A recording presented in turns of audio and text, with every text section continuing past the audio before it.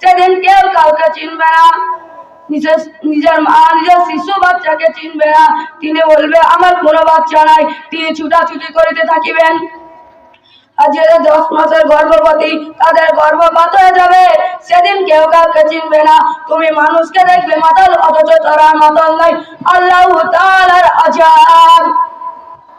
আল্লাহ বলেন তোমরা দুনিয়াতে বান্দা, তোমরা দুনিয়াতে আল্লাহু তাআলার ইবাদত করে চলো, জান্নাতের পথে চলো, যেদিকে জান্নাতের কথা হবে সেই দিকে যাও।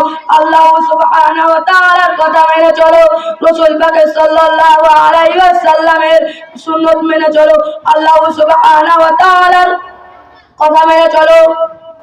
আল্লাহ তাআলা বলেন যখন কিয়ামত শুরু হবে, আমি যখন ইসরাফিল আলাইহিস সালামকে একটি মাত্র ফুঁক দিতে বলবো, তখন গোটা দুনিয়া পর্বতমালা উত্তোলিত হবে।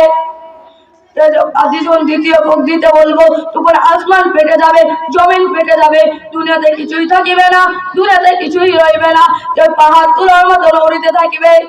যেমন একটা বাঁশির ভিতরে যদি একটা তুলো ভরে দেওয়া হয়, যেমন বাঁশিটা বাজালে যেরকম তুলোটা যেরকম আর হয়, সেদিনকে কিয়ামতের দিন যখন ইসরাফিল আলাইহিস সালাম একটি মাত্র ফুঁক মারবে, তখন পাহাড়টা তুলোর মতো উড়তে থাকিবে। আল্লাহ তাআলা বলেন কিয়ামতের দিন কেউ কার হবে না, মাথার এক হাত উপরে সূর্য থাকিবে। এতই না ভয়ানক সূর্য, মাথা যেমন ভাত রাঁধে, যেমন ভাতের মার গোড়া টকবক টকবক করে ফুটিতে থাকে, যখন ভাতের মারগুলো টকবক টকবক করে ফুটিতে থাকিবে, যখন মাথাটাও কিয়ামতের দিন সেই সময় মাথার এক হাত উপরে সূর্য থাকিবে, তেমন মাথাটাও সেরকম টকবক টকবক করে ফুটিতে থাকিবে। আল্লাহ তাআলা বলেন ফাআম্মা মান সাকুলাত মাওয়াসিনু উলাইকা হুমুল মুফলিহুন। আল্লাহ সুবহানাহু ওয়া তাআলা কিয়ামতের দিন, মুসিবতের দিন মিশানে পাল্লা দাঁড় করাবে, যাদের নেকির পাল্লা ভারী হয়ে যাবে এবং গুনার পাল্লা কম হয়ে যাবে। উলাইকা হুমুল মুফলিহুন, তারাই হবে কামিয়াবি। আর কিয়ামতের দিন আম্মাল্লাযীনা খাসিরু আনফুসাহুম ফী নারি জাহান্নামে খালিদুন। আর কিয়ামতের দিন যাদের মিজানের পাল্লা, যাদের নেকির পাল্লা কম হয়ে যাবে আর গুনার পাল্লা বেশি হয়ে যাবে, ভারী হয়ে যাবে, উলাইকাল্লাযীনা খাসিরু আনফুসাহুম ফী জাহান্নামে খালিদুন, আর তারাই হবে ক্ষতিগ্রস্তকারী, আর তারাই হবে জাহান্নামী।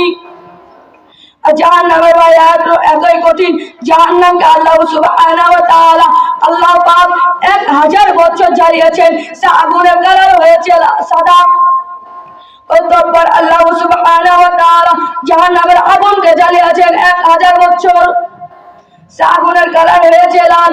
তারপরে আল্লাহ সুবহানাহু ওয়া তাআলা আবার সেই জাহান্নামের আগুনকে জ্বালিয়েছেন 1000 বছর জ্বালিয়েছেন, সে আগুনের কালার হয়েছে কালো।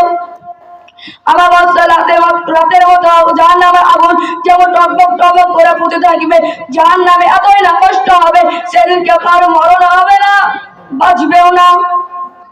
আরে ভাই, আমরা যদি জান্নাতে যেতে চাই, আল্লাহ সুবহানাহু ওয়া তাআলার কথা মেনে চলতে হবে, নবীর কথা মেনে চলতে হবে, নবী সাল্লাল্লাহু আলাইহি ওয়াসাল্লামের সুন্নাত মেনে চলতে হবে। আমরা যদি জান্নাতে যেতে চাই, আল্লাহ সুবহানাহু ওয়া তাআলার নিয়ামত এবং হুকুমকে মেনে চলতে হবে, নবী সাল্লাল্লাহু আলাইহি ওয়াসাল্লামের সুন্নাতকে মেনে চলতে হবে। তাই আমরা আল্লাহ সুবহানাহু ওয়া তাআলার কিয়ামতকে ভয় করে, জাহান্নামকে ভয় করে আমরা আল্লাহ তাআলার সকালেই 5 ওয়াক্ত নামাজ পাবন্দের সঙ্গে পড়ব ইনশাআল্লাহ। এই বলে আমার বক্তব্য ইতি করছি। আখির দাওয়ানা আলহামদুলিল্লাহি রাব্বিল